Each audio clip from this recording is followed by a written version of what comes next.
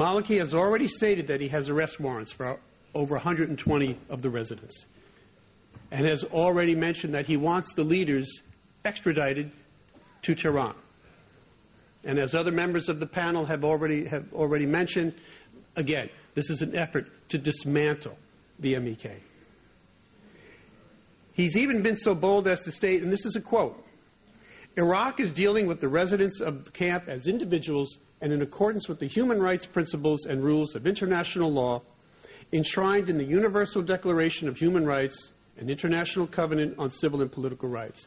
This is a blatant lie, especially when you view this in the context of the massacre of 43 innocent civilians just a few months ago, and the wounding of well over 1,000, not to mention the recent rocket attacks on the camp.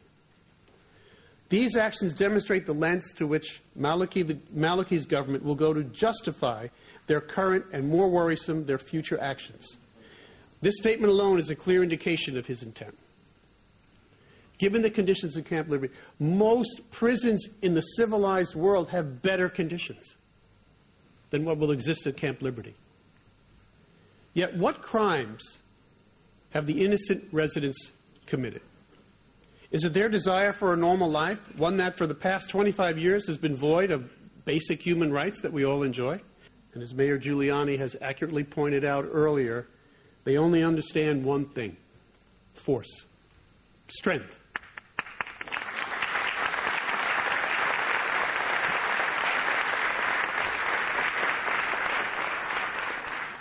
Letters and efforts to engage are not going to prove successful.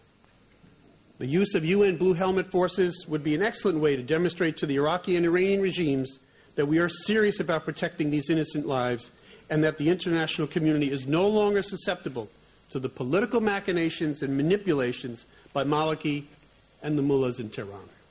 It is imperative that the protection of the residents of Camp Ashraf remain paramount, and this can only be done through the continued attention and focus of the international community at this very critical juncture. We must ensure that the Iraqi government, absent the manipulating influence of Iran, adheres to the minimum requirements that the residents will need in their relocation, which includes the ability to bring their personal possessions, freedom from surveillance, from harassment, and from the fear of arrest and detention. These are not unusual requests, nor are they special privileges, but rather, as I mentioned earlier, basic inalienable human rights. Of course, the extension of the deadline for closing the camp was enormously important. But as other speakers have pointed out repeatedly, so much more remains to be done. And there are still problems that would have been out of the way if everyone had abided by the agreements and the MOUs reached. Unfortunately, this is not the case.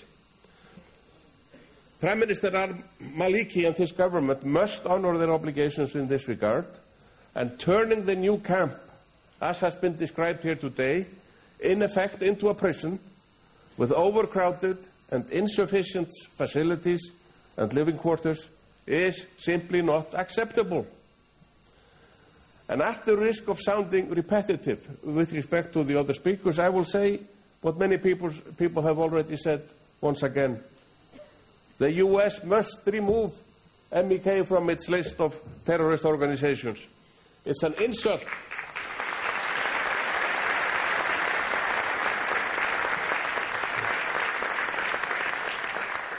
It's an insult to people's intelligence that this has not been done already. And it's good to hear how our American friends on this panel today regard this problem and how determined they are to get it solved. Just get to work and get it done. Whisper into Hillary Clinton's ear or whatever it takes. Given the history of U.S. involvement in Iraq since 2003, and in particular, given the individual contracts that were made with the residents, the U.S. responsibility in this matter is enormous.